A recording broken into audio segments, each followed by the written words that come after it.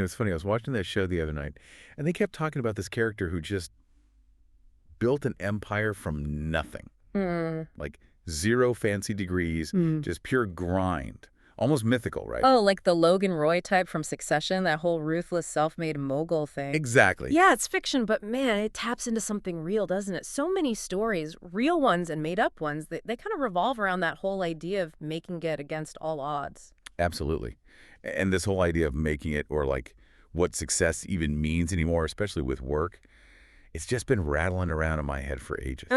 Feels like every other conversation lately. Yeah. Whether it's with our own friends or just scrolling online, it eventually just circles back to this. It's like, well, it feels like y'all were asking for this one, so here it is. Yeah, we should probably get into it. We're going to do a deep dive. Yeah. Really try and unpack how the definition of success and the path to get there is being completely redrawn right now. It's true, though. That traditional story we all kind of grew up with, it seems so clear, didn't it? Yeah, super simple. Finish school, go to uni, get the degree, land a good job, climb the ladder. Like, it sounded like a straight line to a decent life. Right. Like a formula. But then you look around now and you kind of have to ask, is that still the only way? Or even like the main way for most people anymore? It really feels like the map they gave us is just fundamentally changed. And we're all out here trying to figure it out with these old directions. That's exactly what hit me when I saw this post online from a pharmacy technician. Okay. They were talking about their life, and it just made me stop. They make about $45,760 a year, which, let's be real, isn't what most people picture when they think successful. Definitely not the headline number, no. But here's the thing, the kicker. They work 3.5 10-hour days a week. Wow. Have absolutely zero debt, travels the world all the time. Yeah. And just genuinely feels like they're thriving. Okay, that's right. They're consciously choosing not to live above their means, not spending like crazy, not chasing a bigger paycheck right now. Yeah. And that just, it hits different because it actively pushes back against everything we're kind of programmed to think success looks like. It really does. It just throws into sharp relief how rigidly society has always defined success for us. It's almost like we've been wired to think it's only about the corner office or the 6-figure salary or the fancy title. Status symbols. Exactly. But then you see these real-life examples like that pharmacy tech who just completely shatter that mold. They're finding real contentment, real freedom, a sense of accomplishment in ways that just don't fit the old script at all. What's really interesting there is how they've deliberately unhook their sense of achievement from just making more money. Their success is about quality of life, not just numbers on a spreadsheet. It makes you question what we're all even running towards sometimes, doesn't it? It really does. And then you look at the really big names, the trailblazers who get massive success without ever following that blueprint. And it gets even wilder. Like who? Bill Gates, right?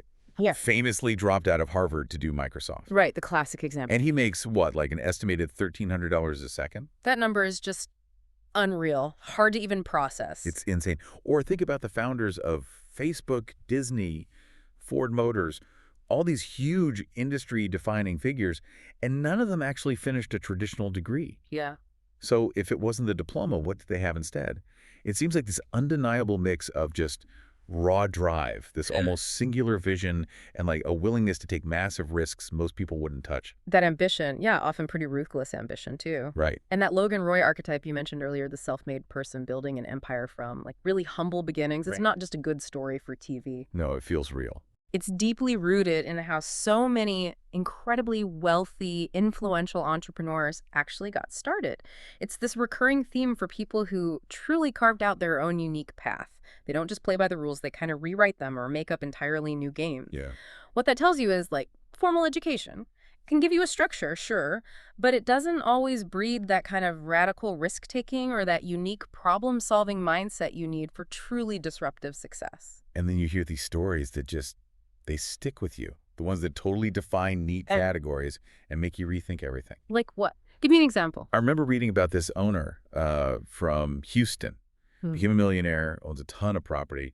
And people who know him describe him as trustworthy, hardworking, smart, very old school. Okay. Sounds solid. But what's really wild is his hiring philosophy. He actively hires formerly incarcerated people, including folks with serious past convictions like murder and felony records. Oh, wow. Okay, that's unexpected. And the description I read said he will shoot you in 2 seconds, which is obviously a loaded phrase. Yeah, definitely loaded, intense. But it paints this picture of a guy who operates by his own really strict code, this kind of like unyielding resolve, maybe forged in a different kind of world. And he treats his wife, mother, daughters like queens, apparently, drinks straight whiskey, black coffee, drives a Ford truck, smells like pine and tobacco. It's just a whole vibe. That is a whole vibe. What does that even mean for how we understand success? Yeah. Like, what kind of world builds millionaires like that? Totally outside the lines we usually draw. That example really pushes the envelope on what we typically associate with successful, doesn't it? For sure. It forces you to confront your assumptions about character, background, and just the sheer variety of paths to wealth. And connecting it back, it makes you wonder, are these folks successful despite their unconventional backgrounds, or maybe because of the unique resilience, the sharp problem-solving skills, maybe a different kind of social capital they build outside the usual system? That's interesting. What do you mean, different social capital? Well, it's not the kind of networking you do on LinkedIn. Right. It's more like a trust and loyalty built from relationships forged in really tough situations, a deep understanding of people, maybe an unspoken code. For a lot of people, it shows how real ingenuity can come from adversity, creating chances even for those society kind of writes off. Yeah. The point is, success isn't just one thing, it's super contextual, and it's often about leveraging strengths people don't usually recognize and making unexpected connections. It's definitely about a different kind of hustle. Yeah. And a different set of skills. Yeah. I also read about someone who helped start a company, like the very first employee. Okay. 4 years later, they're on track for $6 million in revenue. Yeah. This person expects to make maybe $200K this year, potentially $300K next year, all without a degree. Damn. That's impressive growth. And they mentioned being sober, happy, content, and they specifically pointed to sales as a great skill to learn without a degree. Because of all practical application, building relationships. That speaks to me. That's pure grit. Right? Understanding the market, making real connections. That's such a powerful point about the tangible value of practical skills. It really shows how in fields like sales, your actual ability, your persistence, your relationships, that can absolutely outweigh a formal credential. Totally. And you see that in so many places like car sales, skilled trades, even parts of marketing or IT. I remember hearing about someone high up in corporate marketing for a big Vegas casino, no degree. And they said they knew VPs in the industry, also no degrees. Really? Yeah. For them, marketing changes so fast, the curriculum could never keep up. So studying it in college felt almost pointless. Beyond maybe the basics, they learn by doing, by adapting constantly. That makes sense. It's like the degree is maybe just an initial filter. Exactly. And once you're in the door, it's about what you could do, how you perform, not the piece of paper. I also remember this story about a graphic designer laid off back in the 2009 recession. Oh yeah, tough time. So to make ends meet, he started working asphalt and concrete construction on weekends. For nearly 4 years, 7 days a week, just grinding. Wow, that's dedication. Then he gets a shot at an inside sales rep job. The owner apparently saw something in him, beyond the resume, paid more for 40 hours than his 2 previous jobs combined. Nice. Good for him. But here's the twist. He talked about wanting to go back and finish his teaching degree, even if it meant making half his current salary. Huh. Why? Because for him, teaching is a calling, and that's a whole other layer of success, isn't it? Pursuing what you truly love, even if it means less money, less status, like a really complex shift in what matters. That's a fascinating path, a real testament to how personal definitions of success can just evolve so dramatically over time. Yeah. It's not always straight up, and it's definitely not always about maximizing your income. And you also hear about people finding huge success, financially and professionally, in jobs some might still call blue collar, but that require incredible skill. Like a union electrician making well over 6 figures, or an electrical lineman that often needs a commercial driver's license just to get into that lucrative career. Right. Those are highly skilled, demanding jobs. Totally. Or this person I read about became a data analyst with 20 years of just practical SQL experience, making around $90 a year, no degree. It's all about getting that specialized, hands-on expertise and becoming indispensable in your niche. Your proven ability is the credential. It absolutely makes you question this whole ingrained idea that everyone needs to follow the same, narrow path to achieve something meaningful. Definitely. Because the whole landscape of education and skills, it is shifting. dramatically. You see this thing people call credential inflation, Oh, yeah, I've heard that term. where even entry-level jobs now seem to require way more experience or higher education than they ever used to. Right. It's like the more people get degrees, the less valuable each individual degree becomes in the job market. So employers just keep asking for more and more. Exactly. It's this weird paradox. You need more just to get in the door for jobs that maybe didn't even need a degree before. It truly is a paradox. The very thing that's supposed to help you get ahead more education kind of deflates its own value when everyone does it. And it pushes the goalposts further out for entry-level jobs. And what's really wild, over half of U.S. employees apparently don't even know what's expected of them at work. Get out. Yes. Yeah. Think about that. You jump through all the hoops, get the degree, maybe you land the job, and then you're not even clear on what you're supposed to be doing. That's insane. No wonder people get disengaged. It profoundly impacts engagement, productivity, whether people stick around, and it creates this massive disconnect where young adults are saying, look, what we actually learn in college doesn't even match what these entry-level jobs are demanding. Ugh. That's a huge systemic problem. So frustrating. It is, and it fuels this kind of disturbing idea that maybe a high-tech society doesn't mean everyone becomes an expert. Maybe it means a small, super specialized elite, like 20% of the workforce. And everyone else. And then a huge number of routine, maybe even menial service jobs for everyone else. What does that mean for the majority? Are we just funneling more people into these hyper-competitive roles at the top, leaving this giant stagnant gap in the middle? That's a scary thought, like a two-tiered system. It raises serious questions about the future of work and this very real possibility of a bifurcated labor market. You know, this widening split between a small elite with high wages and autonomy and then a large group stuck in low-mobility service jobs. Right. That has huge implications for, like, social mobility, economic stability for most people, even just how society holds together. If those traditional middle-class jobs keep disappearing because of automation or whatever, What happens then? what happens to people's hopes, their security? It really demands we rethink education beyond just the traditional degree. Which brings us right into these new education pathways that are popping up, like the big debate, especially in tech, boot camps versus degrees. Oh, yes, the eternal question. Some people swear by boot camps, right? Yeah. They're seen as this super fast track into a job. And you hear stories, grads landing jobs at 75K, 90K, even over 100K, like right away. That's a huge potential upside for sure, especially compared to 4 years and a mountain of debt. Totally. But you also have to be so careful. The whole field is apparently full of scams, and the quality is just all over the place. It's definitely a buyer beware kind of situation. That's the inherent tension, right? They offer speed and direct job pipelines, but without much oversight, the quality varies massively. Whereas traditional degrees, especially in something like computer science, they really do offer a broader breadth of knowledge. Like the fundamentals. Yeah, exactly. Core stuff like operating systems, data structures, algorithms, these aren't just like academic theories, they're the deep foundations of how computing actually works. And understanding that stuff helps you learn new languages or frameworks way faster later on, because you get the why behind the how. I remember someone mentioning their CS degree forced them to learn back-end stuff, which is different from front-end and needs a deeper grasp of system architecture. Right, that deeper theoretical base. That foundational knowledge can be incredibly valuable for your long-term career, for adapting, for solving really complex problems. So it really is a balancing act. Yeah. A degree might get you the first interview because it looks good on paper, acts as a filter for big companies. It often does, yeah. But after a few years, it seems like your actual experience and skills matter way more.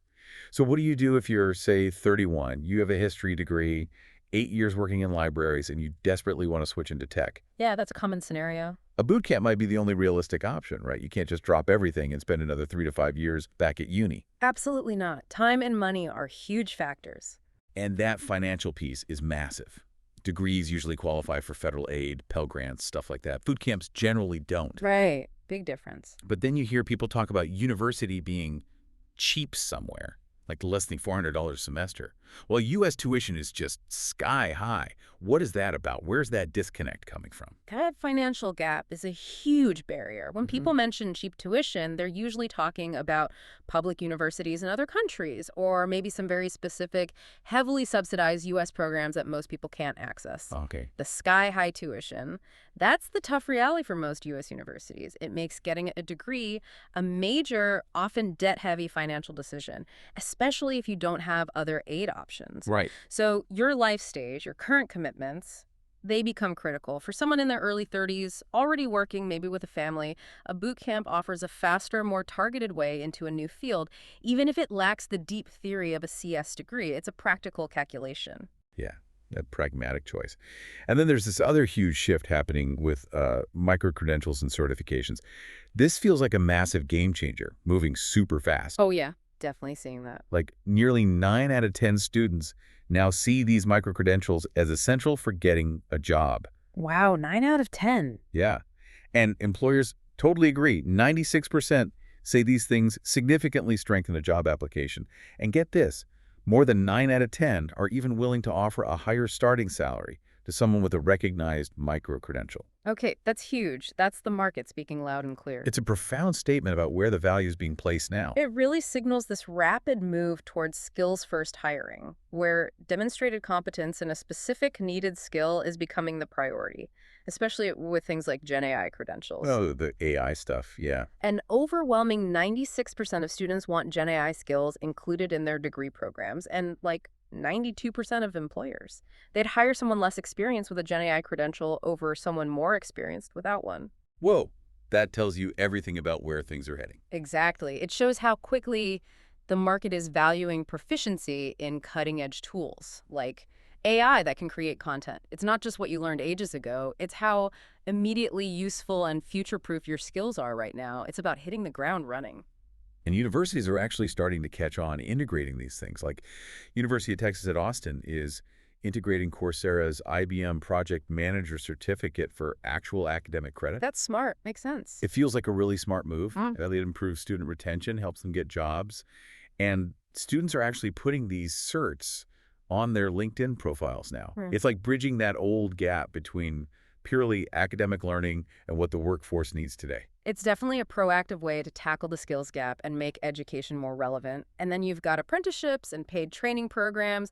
Those really hit that sweet spot of practical experience plus financial support. Right, like the ACE Tech Apprenticeship Program. Yeah, programs like that, offering hands-on training, paid work experience, career coaching in high-demand fields like cybersecurity, front-end development. They're designed specifically to connect education and employment. Getting real work experience while getting paid, that's massive, especially for people who just cannot afford to take unpaid internships. It's absolutely critical, that unpaid internship thing. It's such a barrier that often goes unsaid. Totally. Yeah. How can you expect someone to work for free if they need to pay rent, buy food? It's pure privilege. Exactly. These paid programs aim to level that playing field, especially for underrepresented groups. And there's a real push to expand them, make sure the pay is fair. It makes you wonder why this isn't more common, why it's not the standard model. Yeah, it almost feels like the traditional system wasn't really built for everyone to succeed equally. It kind of inherently excludes people who can't afford not to earn money while they learn. Precisely. It exposes those deep systemic barriers where people from lower income backgrounds get locked out of great opportunities just because they can't afford to work for free. Expanding paid apprenticeships isn't just about skills. It's a direct way to fight economic inequality, to foster real social mobility. Right. It acknowledges that talent isn't just found among those who can afford expensive degrees or unpaid work. It's a shift towards valuing hands-on experience and recognizing that, for many, real learning happens on the job. So thinking about the actual human at work, Yeah.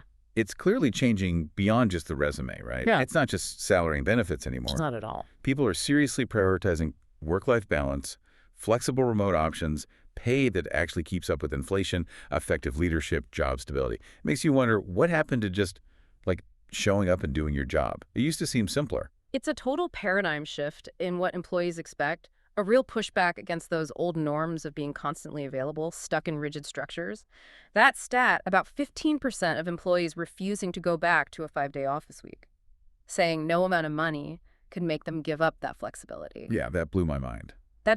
It says everything. It's about this deep reassessment of how work fits into life and the huge value people now place on autonomy, well-being, control over their time. It feels like a generational shift. Absolutely. And then 94% of employees say they'd stay longer if a company offered career development. 94%. It's clear people aren't just looking for a paycheck. They want a path.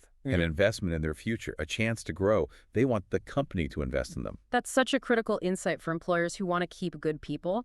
Investing in employee growth isn't just a perk anymore. It's a core retention strategy. Yeah. It builds loyalty, engagement. It shows the company values their development. And if you link that to the whole burnout issue, it becomes even more vital. Oh, God, burnout. Yeah. High expectations, long hours, crushing workloads.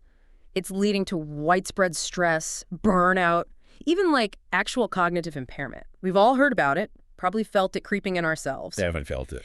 And this isn't just about people feeling bad. It directly hits turnover, performance, the company's bottom line, big time. And COVID just poured gasoline on that fire, right? Pushed so many people over the edge. So how do companies actually stop this from becoming chronic? It's clearly not just about more money. No, definitely not. It's got to be about fair treatment, manageable workloads, knowing what you're actually supposed to do, having supportive managers, reasonable deadlines. All the basics of good management, really. Yeah, and what happens when those things aren't there? The data is brutal. Half of workers leave their jobs because of bad managers. Half. That's harsh, but it feels incredibly real, doesn't it? It really highlights the power of human leadership. It does.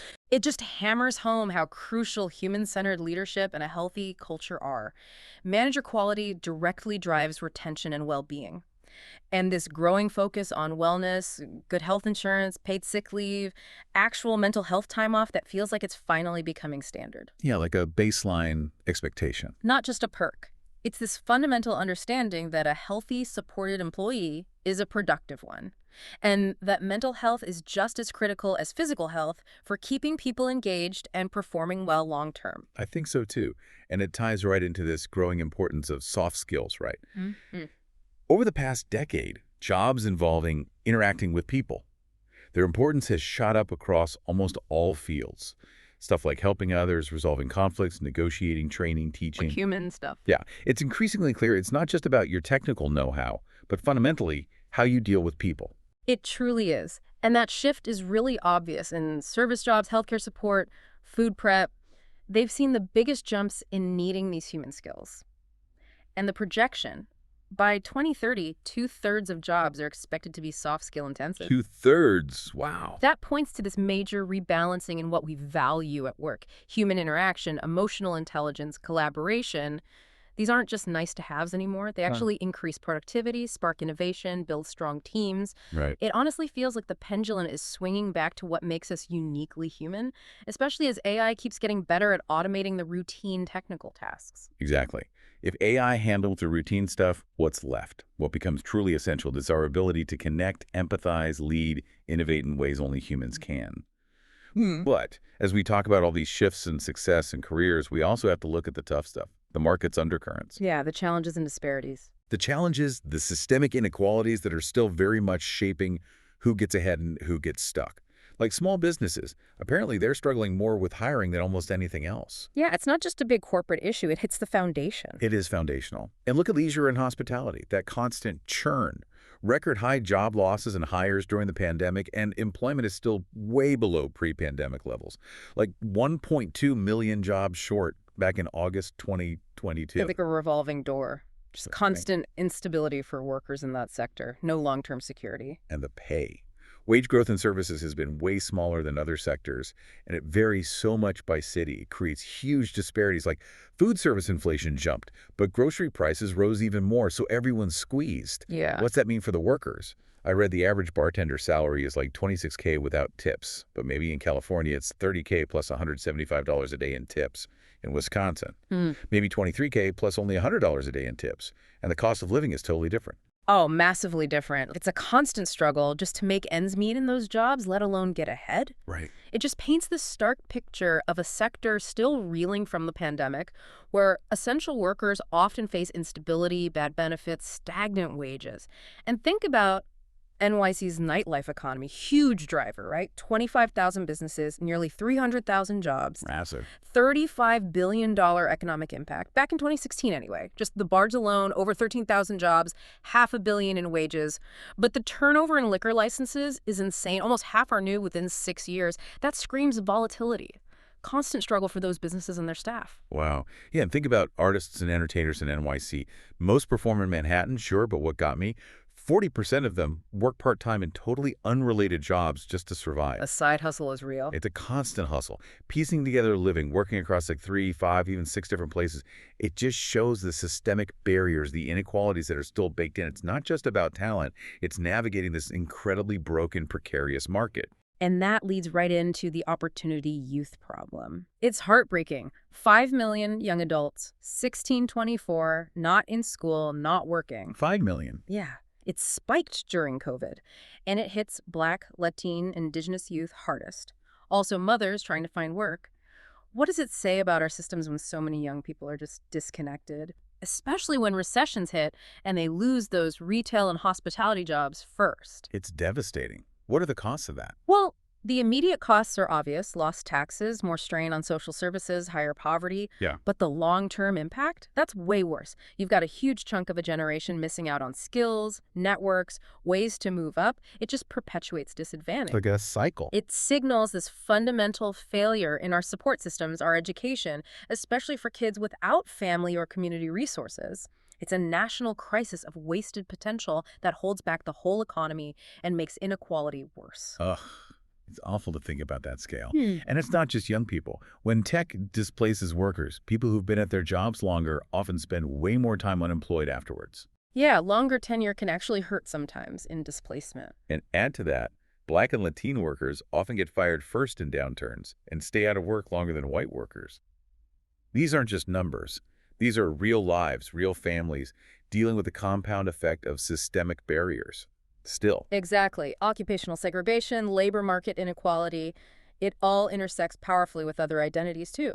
Disabilities, LGBTQ plus status, immigration status. It's like layers of barriers piling up, leading to even bigger gaps in opportunity and outcomes. You can't talk about careers or the future of work without tackling this stuff head on. Absolutely not. Any meaningful policy has to address these deep systemic problems directly. It needs a holistic view of equity. And then there's this other thing I read about that's just fascinating and kind of messed up. The rich schools, poor students paradox. Oh, yeah.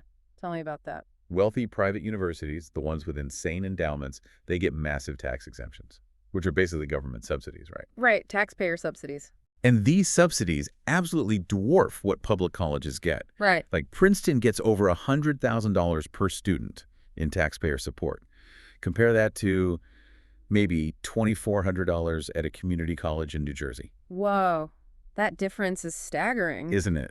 It feels fundamentally wrong. It does. And what makes it even worse is that these super wealthy schools getting all this taxpayer money, they educate a much smaller percentage of low and middle income students compared to public schools. So the money isn't going where the need is greatest. Exactly. Taxpayer money is effectively funneled into places that aren't serving the majority of students who actually need affordable pathways to opportunity. And that directly impacts outcomes. These huge funding gaps create huge gaps in student success, resources, long-term mobility. Yes. It really makes you question the whole picture. Where are our collective resources going? What kind of future are we actually building? And who is it really for? It's a system that actively perpetuates inequality, basically. So when you really step back and look at all of this, the question isn't just how do I get a job or is college worth it anymore? No, it's much bigger than that. It becomes something huge, like what kind of economic reality are we actually building together? And more importantly, how do we make damn sure that everyone has a fair shot? Yeah. Regardless of the path they choose, or maybe more critically, the path they can even afford to choose. It just feels incredibly messy right now, doesn't it? Yeah. And maybe that's okay. Maybe that messiness is part of figuring things out, part of real change. It is undeniably messy. There are so many things colliding: tech disruption, shifting values, these deep inequalities that just won't go away.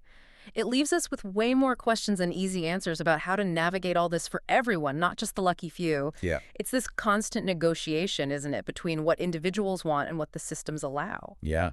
This episode is powered by Neon Core Media for stories they said were too real to tell.